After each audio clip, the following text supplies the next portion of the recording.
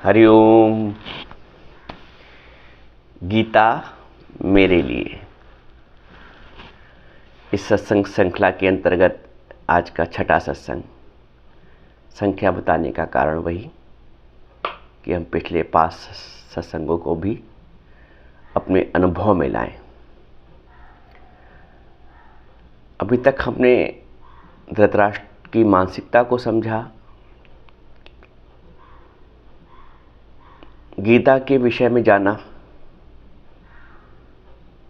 इसको ऐसे समझिए जैसे हम अपनी बेटी कहीं किसी के घर में ब्याहते हैं तो सब कुछ जांच पड़ताल कर लेते हैं। ससुर कैसा है, पति कैसा है, घर के और सदस्य कैसे हैं, सास कैसी है, ननद कैसी है, देवर कैसा है। सब कुछ ठोकने बजाने के पश्चात ही हम साधारणतः ऐसा किया जाता है और तब लड़की को उस घर में ब्याहा जाता है। हम भी ब्याहने जा रहे हैं, हमारा भी परमात्मा से मिलन होने जा रहा है, तो हमको सब कुछ समझना पड़ेगा। अभी तक हमने धृतराष्ट्र को जाना, गांधारी को भी जाना, उनकी मानसिकता को जाना। अब धृतराष्ट्र और गांधारी के मिलन से अर्थात अज्ञान और कुबुद्धि के मिलन से जो संतान उत्पत्ति हुई है उसका नाम है दुर्योधन अर्थात दुर्बुद्धि। जब अज्ञान और कुबुद्धि का मिलन होता है, जहाँ पे दोनों एकत्र होते हैं, वहाँ पे दुर्बुद्धि की उत्पत्ति होती है। तो जिस घर में अगर व्यक्ति, जिस परिवार में व्यक्ति अगर अज्ञान का साथ दे रहा है तो कुबुद्धि भी साथ में है, और यदि दोनों साथ इकट्ठा हो गए तो उस घर में दुर्बुद्धि का ही जन्म होता है। इसीलिए भगवत गीता हमें उस अज्ञान से बचाती है, उस कुबुद्धि से बचाती है, उस दुर्बुद्धि से बचाती है। दुर्योधन दुर्बुद्धि का प्रतीक है।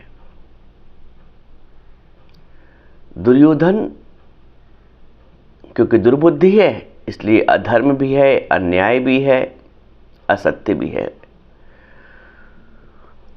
और जो अधर्म, अन्याय, असत्य के पथ पे चल रहा है उसका जो परिणाम है ना इस लोक में ना परलोक में सुखदायी होता है।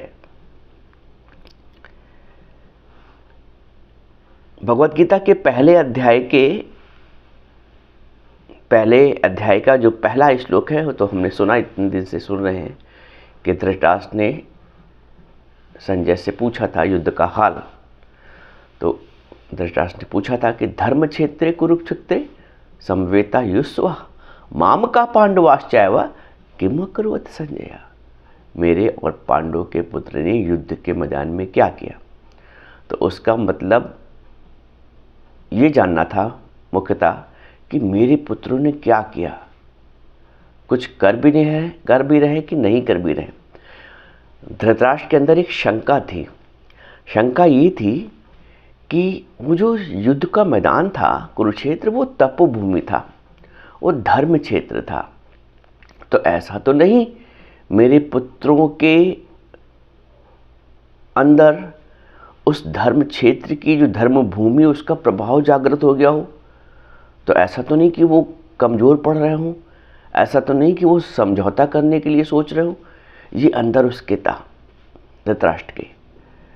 इसलिए वो उत्सुक थे धृतराष्ट्र कि हम समझें तो, जाने तो कि मेरे पुत्र अब कर क्या रहे हैं। ऐसा तो नहीं उस भूमि का प्रभाव उनको पड़ गया है, वो भी धार्मिक प्रवृत्ति के बन गए हैं। ये उनका मंतव्य था धृतराष्ट्र का, इसको वो जानना चाह रहे थे। तो उन्होंने प्रश्न किया था। तो पहले अध्याय के पहला श्लोक में धृतराष्ट्र पूछते हैं, फिर दूसरे श्लोक से 8वें श्लोक तक संजय बताते हैं धृतराष्ट्र को कि उनके पुत्रों ने क्या किया।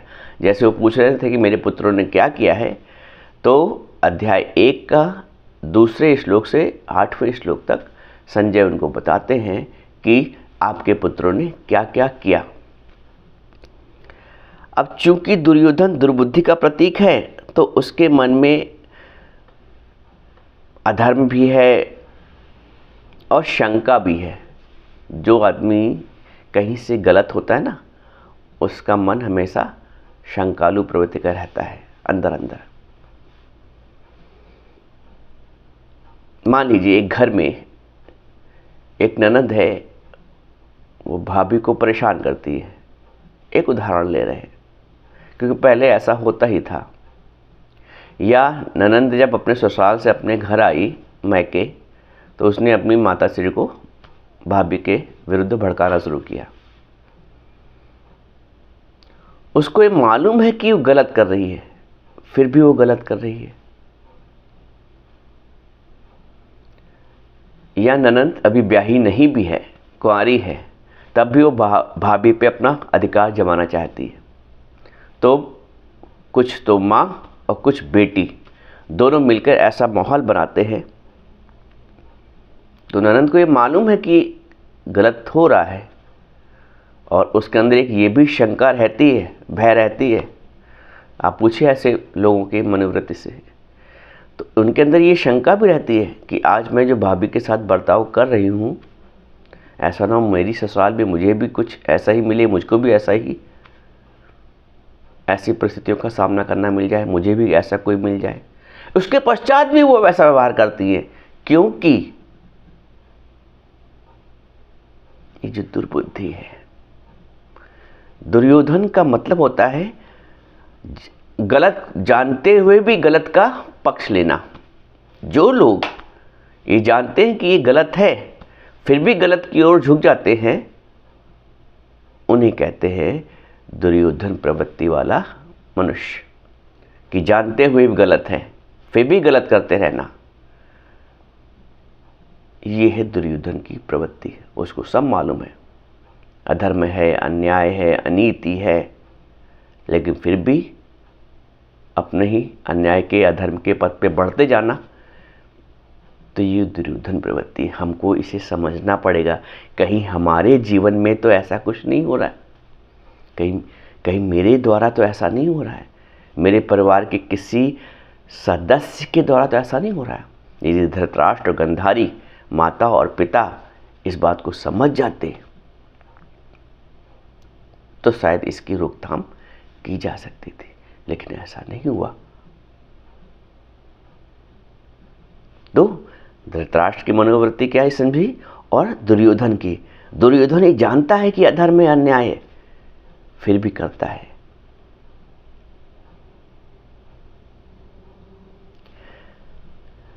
जब दुर्योधन ने देखा कि पांडव की विशाल सेना, हालांकि जो इनकी सेना थी दुर्योधन की, कौरवों की, वो 11 अक्षौहिणी थी, और पांडवों की सेना 7 अक्षौहिणी थी।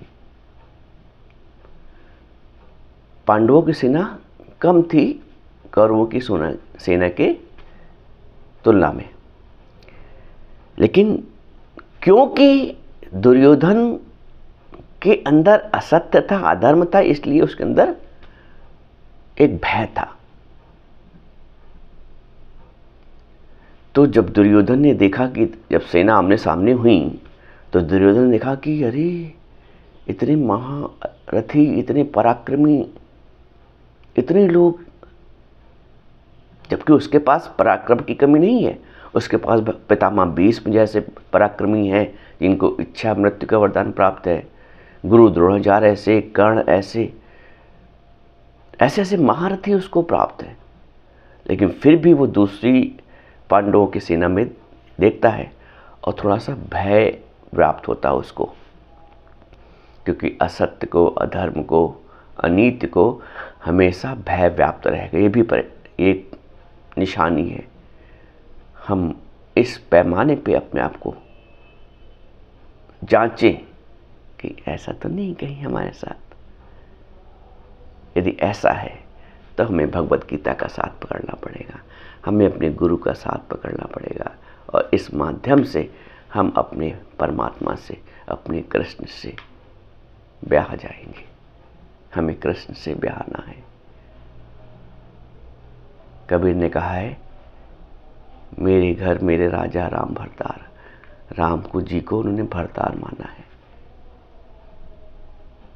ये है सत्य का पथ, ये है ज्ञान का पथ, ये है प्रेम का पथ, ये है भक्ति का पथ, ये है वैराग्य का पथ। यहाँ हमें वो सब कुछ प्राप्त होता है जो संसार से प्राप्त नहीं होता है। इसलिए सत्संग वो मार्ग है,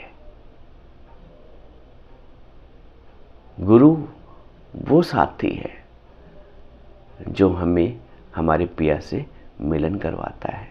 इसलिए सत्संग और गुरु को पकड़े रहे, नैया तो पार हो जाएगी। सबकी नैया पार लगैया, गुरु हमारे साथ है। इस बात की खुनकी हो कि अब मैंने ऐसा सतगुरु पाया, मैंने ऐसा सतगुरु पाया, मेरा रोम रोम खिल आया, मेरा रोम रोम खिल आया। मैंने ऐसा सतगुरु पाया, मैंने ऐसा सतगुरु पाया, मेरा रोम रोम खिल आया, मेरा रोम रोम खिल आया। रोम रोम खिल जाता है, रोम रोम खिल जाता है। आप जितना पवित्र बनेंगे गुरु के प्रति, प्रभु के प्रति, ज्ञान के प्रति, गीता जी के प्रति, उतना ही आप पवित्र होते जाएंगे। पवित्रता ही एक साधन है, हृदय की शुद्धता और पवित्रता ही एक साधन है। अपवित्र बनकर, भगवान ने भी गीता में अंदर और बाहर की शुद्धि बोली है। अंदर और बाहर से शुद्ध होना, स्वच्छ होना बहुत आवश्यक है, वही साधन है। तो वो द्रोणाचार्य के मन में, दुर्योधन जब सेना को देखते हैं तो वो द्रोणाचार्य के मन में दो चीज़ें उत्पन्न करने के लिए, एक तो पांडवों के प्रति उनके मन में द्वेष भरने के लिए, और युद्ध के लिए उनको उकसाने के लिए, उनमें जोश भरने के लिए। दुर्योधन तरह तरह के उदाहरण देते हैं कि जो धृष्टद्युम्न, जो द्रुपद सामने आपके खड़े हैं, आपके ही शिष्य हैं, आपसे ही सीखे हैं धनुर्विद्या, और वो आपके विरुद्ध आपको मारने के लिए तत्पर हैं। उनको उद्वेग दिलाते हैं कि आपने जिनके साथ अच्छा किया, गुरु द्रोणाचार्य से कहते हैं, वो आपको मारने के लिए उतावले हैं। इस तरह से वो कई लोगों के बारे में बताते हैं, कई लोगों के बारे में बताते हैं। और अर्जुन के बारे में कि अर्जुन तो आपका इतना प्रिय है और वो भी आपके विरुद्ध खड़ा है। वो ये सब मन में भर रहे हैं दुर्योधन गुरु द्रोणाचार्य के। असल में उनको जाना चाहिए था जो सेनापति हैं कौरव सेना के, भीष्म पितामह, लेकिन वो उनके पास नहीं गए। वो सीधे आए द्रोणाचार्य के लिए पास, उनके मन में द्वेष भरने के लिए, उनको उकसाने के लिए। वही समझता था कि अगर मैं सेनापति के पास नहीं भी जाऊंगा तो वो तो मेरे घर के, मेरे सगे बाबा हैं, दादा हैं, वो रूठ भी गए तो उनको मैं मना लूँगा। लेकिन उन्होंने दुर्योधन के पास गए सबसे पहले। दुर्योधन पहले द्रोणाचार्य के पास गए, क्योंकि व्यूह की रचना और सारी धनुर्विद्या में, युद्ध की कला कौशल में वही पारंगत है। तो उनको साधना, उनको पकड़ना, उनको रिझाना, उनके मन में और द्वेष पैदा करना पांडवों के प्रति, उसने सोचा ये पहले आवश्यक है। जबकि देखा जाए तो उसको भय नहीं होना चाहिए, क्योंकि कहाँ 11 अक्षणी सेना दुर्योधन के साथ और पांडवों के साथ मात्र 7 अक्षिणी।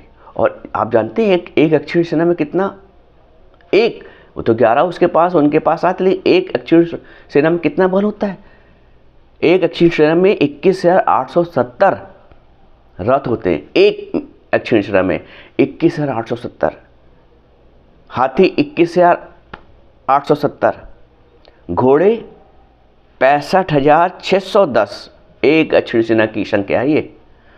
और जो पैदल वाले होते हैं सैनिक, वो 1,09,350। ऐसे ऐसे 11 अक्षिणी सेना उनके पास थी। फिर भी वो भय से व्याप्त था, क्योंकि अंदर अधर्म था, अनीति थी, अन्याय था, इसलिए भय से व्याप्त था। तो उस भय को, अपने भय को मिटाने के लिए, उसको साझा करने के लिए वो गुरु द्रोणाचार्य के पास गया। ये श्लोक 2 से लेकर 8 तक का ये हाल है। तो सब बताते हैं कि आपकी सेना में, जबकि उसकी सेना, मैंने बताया ना, उसके पास भी बहुत अच्छे अच्छे योद्धा थे, पराक्रमी थे। भीष्म थे, द्रोणाचार्य थे, कृपाचार्य थे, अश्वत्थामा था। ऐसे लोग थे जो आज भी आजीवन, जैसे चिरंजीवी बोलते हैं, इस पृथ्वी पे 8 लोग चिरंजीवी हैं। इस पृथ्वी पे 8 लोग चिरंजीवी, जो जिनको कहते हैं आज भी विद्यमान है, सशरीर चिरंजीवी हैं। जैसे राजा बलि है, वेद व्यास जी हैं, परशुराम जी हैं, ऋषि मार्कंडे हैं, कृपाचार्य हैं, हनुमान जी हैं, विभीषण जी हैं और अश्वत्थामा। ये 8 लोग चिरंजीवी हैं। ये भी हमें पता होना चाहिए।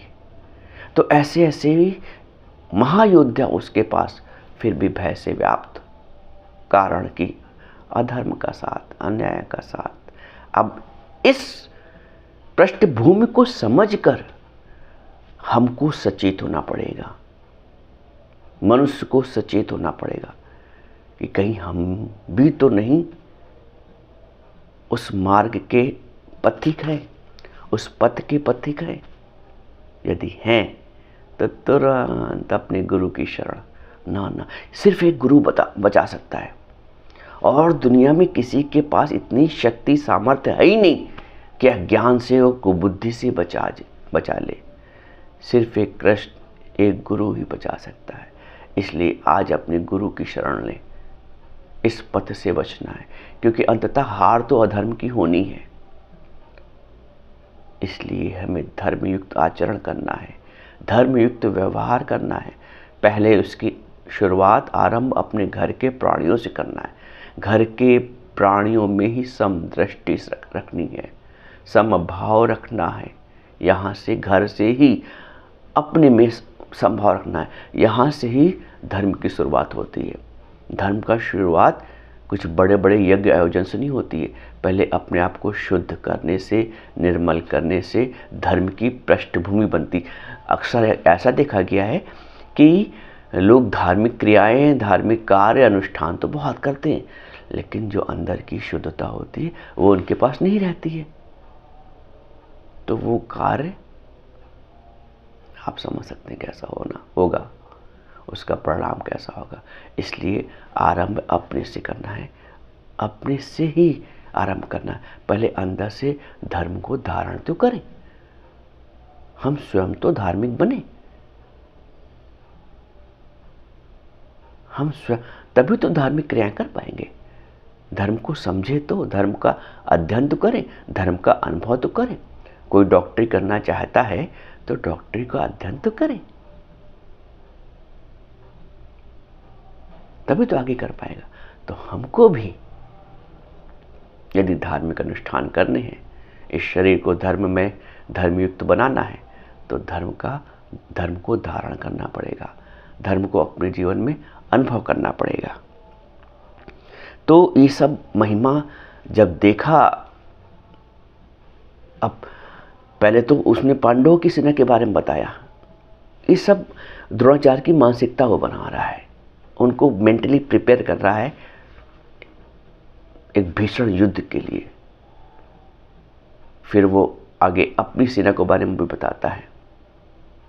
किसको? गुरु द्रोणाचार्य को, ऐसा नहीं कि मेरी सेना, उस कहता है कि ऐसा नहीं कि मेरी सेना में कोई कमी है, मेरे पास भी कृपाचार्य है, मेरे पास भी अश्वत्थामा है, मेरे पास भी ऐसे ऐसे महायोद्धा है आपके जैसे, तो मेरी हार निश्चित हो ही नहीं सकती, मैं ये जीतूंगा। ये ऊपर से वो लबादा उड़ रहा है जीत का, लेकिन अंदर से वो हार चुका है, अधर्म हार जाता है। तो अभी ये समझो, इन 6 सत्संग का जो सार है कि ना हमें गांधारी की कुबुद्धि रखनी है, ना हमें धृतराष्ट्र का जैसा ज्ञान रखना है कि कुछ हमें सत्य का पता ही नहीं, ना हमें दुर्योधन की जैसी दुर्बुद्धि रखनी है। हमें सत्संग को पकड़ना है, हमें गुरु को पकड़ना है, और इस माध्यम से हमारा जीवन धर्ममय हो जाएगा। हम धर्म को पकड़ पाएंगे, हम प्रभु को पकड़ पाएंगे।